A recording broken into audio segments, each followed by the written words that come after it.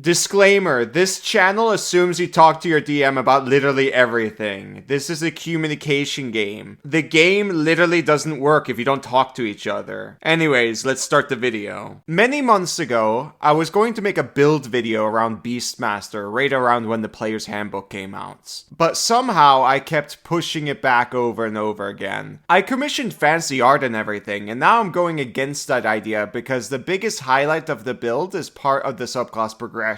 And it's at the capstone, which is crazy strong. This is a channel that tries to get to the point as quickly as possible, so doing a build is not worth it. Anyways, the Beastmaster is interesting. Out of all the subclasses, they've gotten the most changes out of anybody. Wizards of the Coast have changed this subclass like at least 7 times. There's so much history behind this subclass that can be an entire video by itself. People hated this thing, and this subclass was a common pick, because it gets a pet. But I'm one of those few who always thought the old Beastmaster was a very good subclass, because they got the tankiest mounts, and some DMs let you get flight early at level 3. Now I know some of you are thinking, oh, typical pack tactics, liking the subclass for the wrong reason. To that I say, oh, you know me very well. Anyways, one day Tashes came out, and this basically became a brand new subclass, and finally people started to love it. I'm pretty sure the design team opened up a bottle of champagne afterwards. They've been at this subclass for like 10 years. Now in 2024, everything changed. Well, except for the Beastmaster. It got a lot of indirect buffs due to how much Rangers and especially power attack feats got nerfed. Out of all the Rangers, this is the subclass that does the most DPR now. Welcome to Pack Tactics, where you can pet the animals. First feature is the pet. There's a lot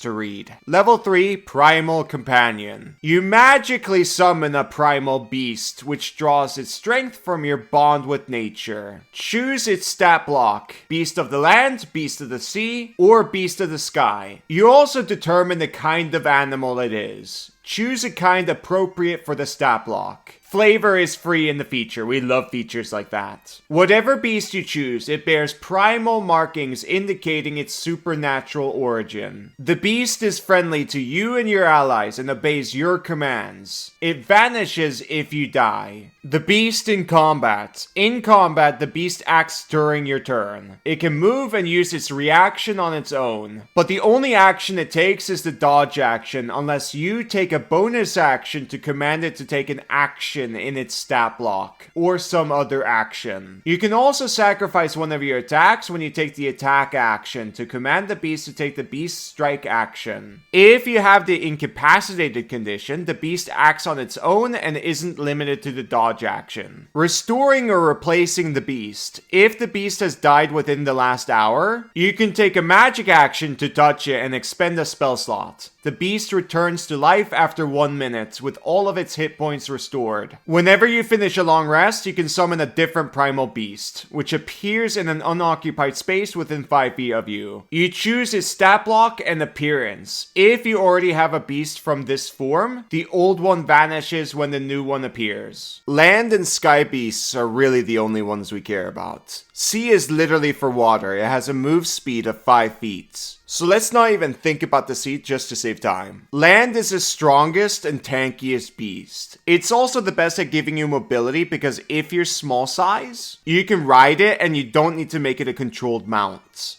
40-foot speed and 40-foot climb speed is really good defense. It makes it one of the best early game mounts in the game. When you get this with point buy, assuming 16 wisdom, 16 AC and 20 HP is good for a pet. For ranged cavalry, it can climb buildings for you and you just shoot down safely. Then when enemies climb up, you move away and climb another building or whatever. You should never underestimate climb speed. It's the poor man's flight. As for ranged enemies, the pet can help you move into cover. If it runs out of speed, you can get off the pet and move. And maybe that's enough to get you into cover. Then on the next turn, when the pet moves again, you can mount it again. At 7th level, you get better at skirmishing like that, but we'll talk about that later. You also have the bonus action attack with the pet, which dual wielders with the Nick property riding the pet are going to take full advantage of. That's 3 attacks at level 3, and on top of that, if the beast moved at least 20 feet straight towards the target before the hit, the target takes an extra 1d6 damage and is knocked prone, which makes all of those attacks at advantage. That's insanely good DPR. These two playstyles with ranged and dual wield are very strong in tier 1 and 2. It's very optimal to take advantage of both of them if you can. If damage now is truly needed or you don't care about your resources, then go all in with the dual wield. If the encounter can be picked off safely or you're low on resources, then fight like a Mongolian with your longbow. Sky Beast is the second best. It has less defense and does less damage, but its mobility alone is greater with 60-foot fly speed and flyby, which doesn't provoke opportunity attacks. For ranged builds that care about doing more damage, this is the go-to for them. You can also just buy a regular mount and use the Sky Beast to get all the benefits a mount normally has to offer. The only thing you lose out on is the climb speed, really. You also might be faster if you're using a riding horse. If you're really small like Kobold, the Sky Beast can carry you into the air. You could, but you need to be very careful with the weight though. If you have too much, you can't do it. That's all the pets, well, besides C. This feature is fantastic and very fun. There's so much tactics here to think about, and it's very unique for a ranger. Now for something super cool. I'm jealous. This video is sponsored by D20 Tabletop RPG Cruise, where you get to play games for 5 days sailing from Port Canaveral, Florida. That's right! The land of the gators! This is a cruise event where all food and lodging is included with private shows and gaming areas. Not only do you get to go on a real-life adventure on a massive ship, but you also get to go on tabletop adventures with professional DMs with epic campaigns. Maybe they'll teach you the swimming rules. I do recognize some of these DMs, and these are really good people. World Anvil is also going to be there. They're good friends of ours. I expect there's going to be tons of DM advice out there, and these are from professionals. That ship is full of Dungeon Master optimizers, and the best way to optimize here is to relax, have fun, and make new friends. Roll up a light cleric and have a blast. So what are you waiting for? Multiple adventures. Explore the land of the gators in real life. Jump on a cruise ship and head to sea. Roleplay a gator at the table and slay pirates. Learn and make new gator friends along the way. The adventures begin on April 14th, 2025. Check out events.cruises and start planning your getaway. Link in the description. They also have a Discord too. Perfect for Discord junkies like myself. Back to the video. Now let's move on to level 7, Exceptional Training. When you take a bonus action to command your primal companion beast to take an action, you can also command it to take the dash, disengage, dodge, or help action using its bonus action. In addition, whenever it hits with an attack roll and deals damage, it can deal your choice of force damage or its normal damage type. Dash and disengage are really all we care about. With dash, it's easier to get the pet into or far away from melee, and disengage is really for people who are playing ranged cavalry. As for force damage, that's the best damage type in the game. There's only like 20 who are immune or resistant. It's probably even less. Next up, level 11, Bestial Fury. When you command your primal companion beast to take the beast strike action, the beast can use it twice. In addition, the first time each turn it hits a creature under the effect of your Hunter's Mark spell, the beast deals extra force damage equal to the bonus damage of that spell. This is the only ranger subclass that does 4 to 5 attacks. It's seriously competing with fighter. It's better than fighter too. With a longbow, you're doing 2 shots and 2 strikes from your pets. When you're dual wielding, you're doing 3 swings and 2 strikes from the pet. Then on top of all of that damage, you're concentrating on a powerful spell like Conjure Animals, Spike Growth, or Pass Without Trace. Your DPR is very good here. More so than the other 2024 Rangers. You're the best, in fact. As for the Hunter's Mark upgrade, that's really just a bonus. But there are things you need to be aware of. When you cast Hunter's Mark, you're not bonus action commanding the pet to attack twice in that specific round. You're doing a 2-round setup for 9.1 extra DPR, and half of it can be lost if you lose concentration on the first round. When you hit level 13, that's not going to be a problem anymore, but the setup is still there. I recommend going into fights with big spells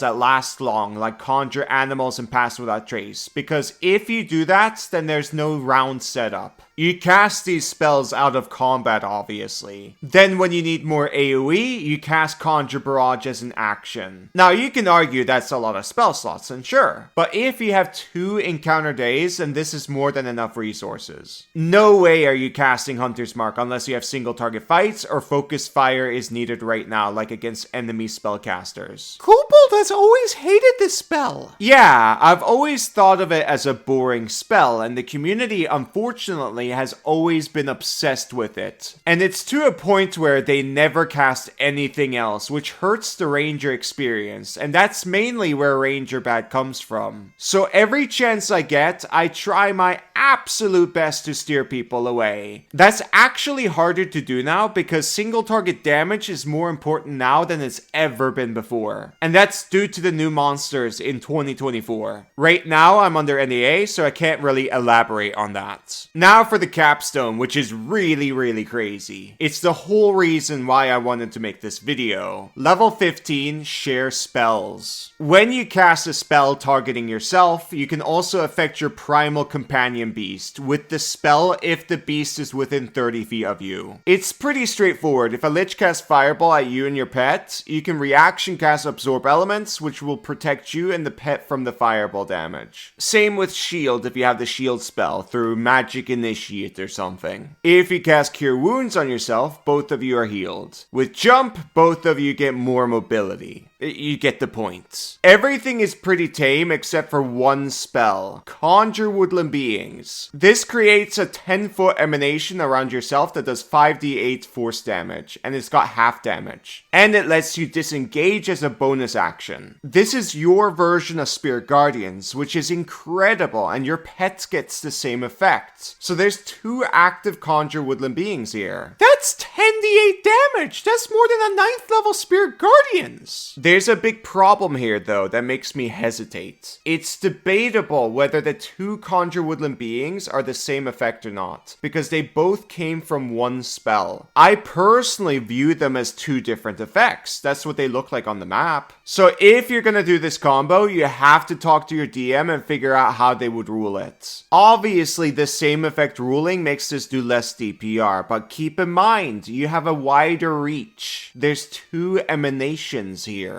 Some of you might argue that this is not that good because the Ranger's wisdom score is likely 16. But that actually doesn't matter much because of how strong half damage from the spell really is. Link in the description if you want a mathematical breakdown on that. It's a super important video if you want to understand AoE damage spells. It's going to change your perspective on AoE damage completely. Anyways, if there are 2 different effects here, which I think there are, then this seriously competes with full casters in the AoE damage department. And on top of that, you have your 4 to 5 attacks, which stacks up to a lot of extra damage. If we cast this as a 5th level spell and the team helps out in double triggering the spells, like for example, there's a monk in the party who's good at grappling and dragging people, we could in theory do 24d8 damage. That's 108 DPR. If there's 4 enemies nearby, we can easily rack this up to 216 total DPR. And on top of that, we might be able to attack 4 or 5 times, which is even more DPR. Anyways, with either ruling, this is an incredibly powerful capstone. I think the ruling should be 2 different effects. It's a Ranger, come on. It's not gonna break your game, but even with the other ruling, this is still the best capstone Rangers get. Ranger capstones are usually terrible! terrible! That's because they're usually defensive features. What rangers really need at these levels is a damage increase, and this capstone is the only one that does that. Anyways, that's the Beastmaster. It's currently the best straight class ranger in the game, so I highly recommend playing this. You're gonna do a lot of damage and you're gonna have a lot of fun with it. End of video. By the way, me and Gator want to join more D&D games, so we cooked up this brilliant plan to duplicate ourselves into these dices. The project isn't fully ready yet, but it would be nice if you followed it on BackerKit. Anyways, thank you for watching. Bye bye!